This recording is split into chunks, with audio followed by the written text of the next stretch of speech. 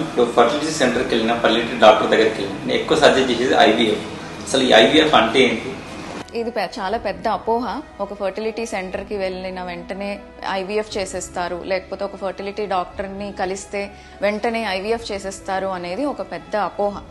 Fertility సెంటర్కి వెళ్ళినప్పుడు అక్కడ స్పెషలైజ్డ్ డాక్టర్స్ ఉంటారు. అంటే fertility, reproductive medicine and endocrinology ఈ ఫీల్డ్లో ఇన్ డెప్త్ చదువుకుని డిగ్రీ ఉన్న డాక్టర్స్ ఉంటారు. వాళ్ళు ఓవరాల్గా ఒక కపుల్కి ఏం ప్రాబ్లం ఉంది అనేది ప్రాపర్గా టెస్ట్లు అవన్నీ చేసి ఎక్కడ ప్రాబ్లం ఉంది అని పిన్ పాయింటెడ్గా చూసుకొని వాళ్ళకి ఏ ట్రీట్మెంట్ సూట్ అవుతుంది అనేది డిసైడ్ చేస్తారు.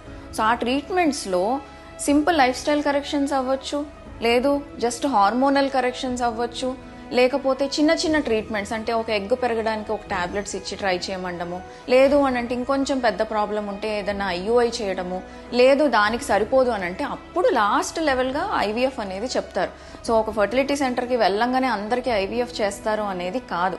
ఒక 100 మంది పేషెంట్స్ వస్తే అందులో మహా అయితే 8 to 10 పేషెంట్స్కి మాత్రమే ఐవీఎఫ్ అవసరం పడుతుంది. మిగతా వాళ్ళందరూ చిన్న చిన్న సింపుల్ ట్రీట్మెంట్స్తో కన్సీవ్